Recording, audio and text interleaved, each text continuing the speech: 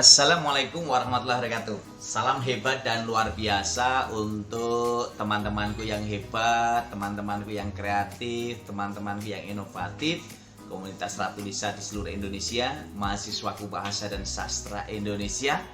Kita kembali lagi bertemu untuk berdiskusi bersama menjadi guru yang kaya dengan materi pembelajaran.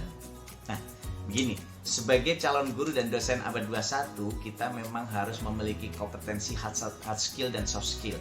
Tidak bisa lepas dari komponen-komponen yang kita lakukan. Kalau Pak Romadi kemarin mengatakan bagaimana kita mempersiapkan diri menjadi sosok guru yang profesional, memiliki kompetensi profesional, kompetensi pedagogi, kompetensi kepribadian, dan kompetensi sosial. Ini menjadi salah satu bagian yang harus dilakukan bagaimana realisasi ide dan gagasan itu bisa dikuatkan sebagai komitmen seorang. Nah, komitmen kita untuk bisa merealisasikan beberapa komponen yang nantinya bisa direalisasikan bagaimana kita betul-betul mampu menunjukkan komitmen sebagai seorang guru. Maka kalau selalu saya katakan guru di era digital, guru di abad 21 harus mengubah mindset, mengubah cara berpikir. Ini menjadi salah satu bagian untuk bisa mengomunikasikan berbagai hal dalam komponen-komponen yang tentu saja tidak bisa dilepaskan. Buku menjadi salah satu hal penting. Buku menjadi hal penting yang bisa menjadi sumber literasi, sumber informasi, sumber pengetahuan. Selain buku cetak, kita bisa lihat juga materi-materi yang bisa kita unduh, kita lihat, kita pelajari di media-media online. Kita bisa memanfaatkan sumber literasi, sumber materi pembelajaran untuk inovasi pembelajaran itu melalui perpusnas.go.id, digital.go.id, kemendikbud.go.id, dan semua komponen-komponen yang lain tentu sangat banyak, dan itu bisa kita realisasikan dalam beberapa komponen yang bisa dilaksanakan. Sebagai guru harus memiliki cakrawala yang sangat luas untuk bisa melakukan upaya-upaya nyata, memperkaya diri dalam berbagai konteks pembelajaran. Jadi, kalau kita sudah merubah mindset kita, maka kita akan melakukan upaya pengayaan materi. Guru bukan berhenti pada aspek itu, tetapi seorang guru sebagai seorang mahasiswa, sebagai seorang peserta didik, sebagai seorang dosen mampu melakukan update sebagai proses untuk belajar dan membelajarkan diri. Jadi kalau kita sudah mengubah mindsetnya, lalu kita mau belajar dan membelajarkan diri sepanjang hayat, maka yang ketiga kita akan mulai memperkaya materi pembelajaran. Jadi identifikasi kita lakukan secara terus-menerus, secara bertahap untuk memperkaya materi kita. Nah, setelah kita kaya materi, lalu kita implementasikan. Kita kolaborasikan, kita ajak peserta didik kita ajak mahasiswa-mahasiswa kita ajak masyarakat sekitar kita untuk melakukan keterlibatan langsung bagaimana proses pembelajaran itu dilakukan. Nah, kalau itu sudah dilakukan secara utuh, tentu kita bisa melihat dong aspek-aspek yang ada di radio. Pembelajaran melalui media radio, pembelajaran melalui media televisi, pembelajaran melalui media online, pembelajaran berbasis perpustakaan, pembelajaran berbasis lab, pembelajaran semua komponen. Apalagi di era COVID ini, di era pandemi ini, guru harus memiliki kreativitas tingkat tinggi untuk memiliki ide dan gagasan bagaimana menyampaikan motivasi, inspirasi, dan semangat dalam pembelajaran. Teman-temanku yang hebat dan luar biasa, kalau kita lihat komponen-komponen yang harus kita perhatikan sebagai guru, sebagai dosen, ini harus ada inovasi, ada lompatan yang kita lakukan. Sehingga kalau tadi sudah saya ajak mengimplementasikan, maka kita lakukan evaluasi. Jadi perubahan mindset yang kita lakukan ini akan menjadi salah satu bagian penting yang bisa kita lakukan dalam konteks penguatan pembelajaran sepanjang hayat, memperkaya materi pembelajaran lalu membagikan. Nah, yang kelima melakukan evaluasi. Jadi melakukan evaluasi pembelajaran secara terus-menerus, secara runtut, dari hari ke hari, minggu ke minggu, bulan ke bulan, semester ke semester, tahun ke tahun. Ini menjadi sangat penting. Nah, disinilah kebersamaan, keberadaan, dan kekuatan kita untuk bisa merealisasikan ide dan gagasan secara kreatif dalam proses pembelajaran. Nah, bagaimana implementasinya? Kalau ini di era daring, ya tentu kita akan melakukan pembelajaran yang bisa disesuaikan dengan situasi dan kondisi daring ini. Keterbatasan siswa, keterbatasan mahasiswa, situasi, koneksi jaringan, media pembelajaran harus diperhatikan.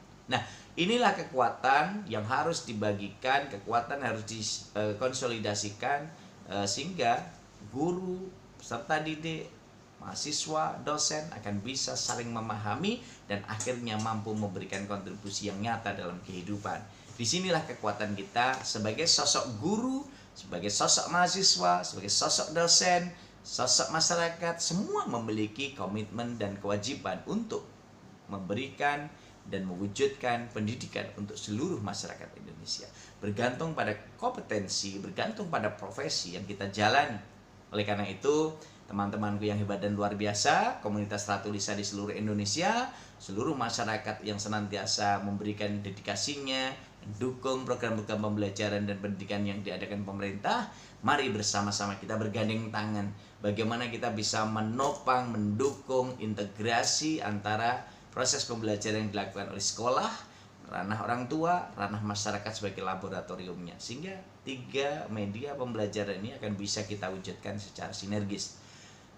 Kemudian yang keenam, teman-temanku yang hebat dan luar biasa, setelah kita melakukan evaluasi secara berkelanjutan, kita juga harus memperbanyak konteks literasi dengan Ratu Lisa, rajin menulis dan membaca. Bagaimana guru, dosen, mahasiswa, peserta didik, semua bisa melibatkan komponen-komponen media cetak dan online untuk menjadi sumber literasi. Berliterasi dengan Ratu Lisa, rajin menulis dan membaca. Karena di situ kekuatan kita untuk bisa membuka cakrawala pengetahuan kita, menyibak jendela dunia untuk bisa membuka, menyibak semua wawasan dan pengetahuan kita sehingga memiliki pengetahuan yang lebih dan lebih, sehingga bisa berkarya, bisa berinovasi, lalu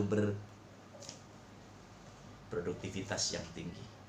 Teman-temanku yang hebat dan luar biasa, disinilah komitmen itu kita jaga, dan tentu saja komitmen ini akan memberikan kontribusi bagaimana kita semua menjadi calon pendidik yang hebat dan luar biasa, menjadi calon pendidik yang benar-benar mampu mengimplementasikan ide dan gagasan dalam berbagai situasional.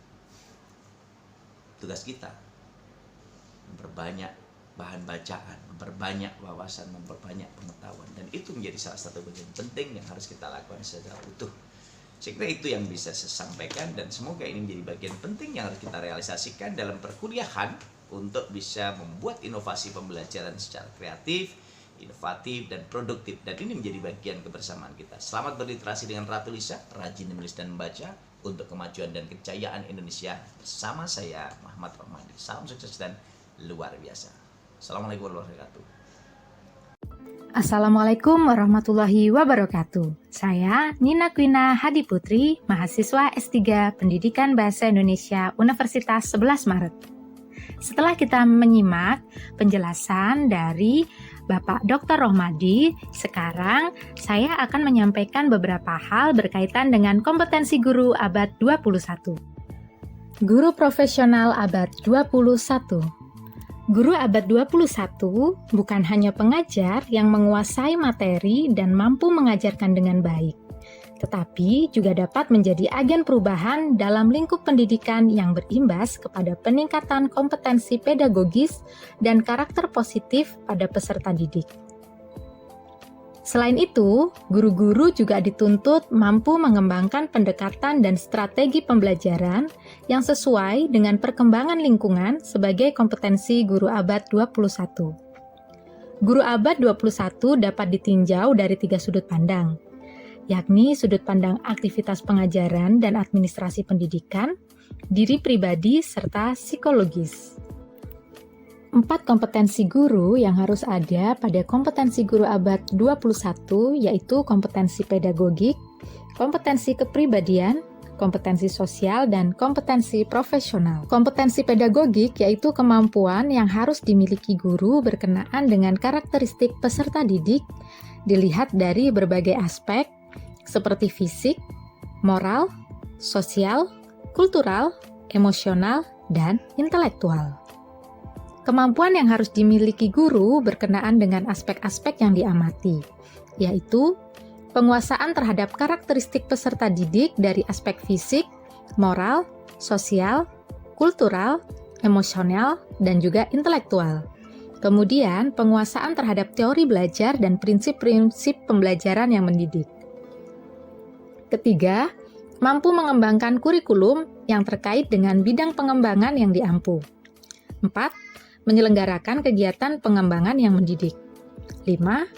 Memanfaatkan teknologi informasi dan komunikasi untuk kepentingan penyelenggaraan kegiatan pengembangan yang mendidik. 6. Memfasilitasi pengembangan potensi peserta didik untuk mengaktualisasikan berbagai potensi yang dimiliki. Kemudian, berkomunikasi secara efektif, empatik, dan santun dengan peserta didik. Lalu melakukan penilaian dan evaluasi proses dan hasil belajar, memanfaatkan hasil penilaian dan evaluasi untuk kepentingan pembelajaran. Nah, yang terakhir yaitu melakukan tindakan reflektif untuk peningkatan kualitas pembelajaran. Yang kedua, kompetensi kepribadian. Guru sebagai pendidik harus dapat mempengaruhi ke arah proses itu sesuai dengan tata nilai yang dianggap baik dan berlaku dalam masyarakat. Tata nilai termasuk norma, moral, estetika, dan ilmu pengetahuan mempengaruhi perilaku estetik peserta didik sebagai pribadi dan sebagai anggota masyarakat. Penerapan disiplin yang baik dalam proses pendidikan akan menghasilkan sikap mental, watak, dan kepribadian peserta didik yang kuat. Aspek-aspek yang diamati adalah bertindak sesuai dengan norma agama, hukum sosial, dan kebudayaan nasional Indonesia. Lalu menampilkan diri sebagai pribadi yang jujur, berakhlak mulia, teladan bagi peserta didik dan masyarakat.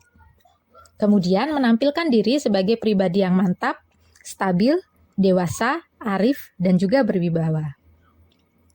Selanjutnya, menunjukkan etos kerja, tanggung jawab yang tinggi, rasa bangga menjadi guru, dan rasa percaya diri. Selanjutnya, menjunjung tinggi kode etik profesi guru. Kompetensi yang selanjutnya adalah kompetensi sosial. Kompetensi sosial merupakan kemampuan sosial yang meliputi kemampuan guru dalam berkomunikasi, bekerja sama, bergaul, simpatik, dan mempunyai jiwa yang menyenangkan. Kriteria kinerja guru dalam kaitannya dengan kompetensi sosial disajikan melalui bertindak objektif serta tidak diskriminatif karena pertimbangan jenis kelamin, agama, ras, kondisi fisik, latar belakang keluarga, dan status ekonomi sosialnya. Lalu berkomunikasi secara efektif, empatik, dan santun dengan sesama pendidik, tenaga kependidikan, orang tua, dan juga masyarakat. Kemudian, dapat beradaptasi di tempat bertugas di seluruh wilayah Republik Indonesia yang memiliki keragaman sosial budaya. Yang terakhir, dapat berkomunikasi dengan komunitas profesi sendiri dan profesi lain secara lisan dan tulisan ataupun bentuk lain. Yang terakhir adalah kompetensi profesional. Kompetensi profesional yaitu kemampuan yang harus dimiliki guru dalam perencanaan dan pelaksanaan proses pembelajaran. Guru mempunyai tugas untuk mengarahkan kegiatan belajar peserta didik untuk melakukan hal-hal yang harus dimiliki pada dimensi kompetensi profesional atau akademik yang dapat diamati dari aspek-aspek menguasai materi baik berupa struktur, konsep, dan pola pikir keilmuan yang mendukung mata pelajaran yang diampu. Kemudian menguasai standar kompetensi dan kompetensi dasar mata pelajaran atau bidang pengembangan yang diampu. Lalu dapat mengembangkan materi pelajaran yang diampu secara kreatif. Selanjutnya, mampu mengembangkan keprofesian secara berkelanjutan dengan melakukan tindakan reflektif. Yang terakhir, dapat memanfaatkan teknologi informasi dan komunikasi untuk berkomunikasi dan mengembangkan diri.